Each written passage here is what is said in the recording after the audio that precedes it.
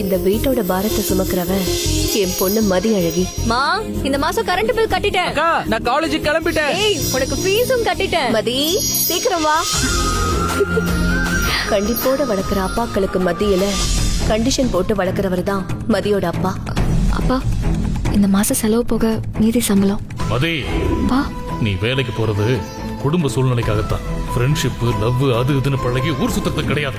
நீ இதை ஒவ்வொரு நாளும் வீட்டை விட்டு வெளியில போகும்போதும் ஞாபகம் வச்சுக்க. சோகத்தோட வெளியில போற மதிய சந்தோஷப்படுத்தவும் ஒருத்தி இருக்கா. எங்கடே இருக்கா? நான் வந்துட்டேன். Happy birthday to you, happy birthday to மதி.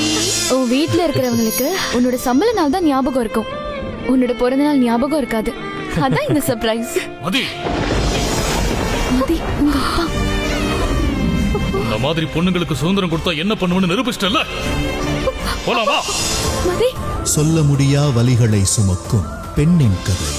இரு மலர்கள் புத்தம் புதிய மெகா தொடர் விரைவில் உங்கள் சன் டிவியில்.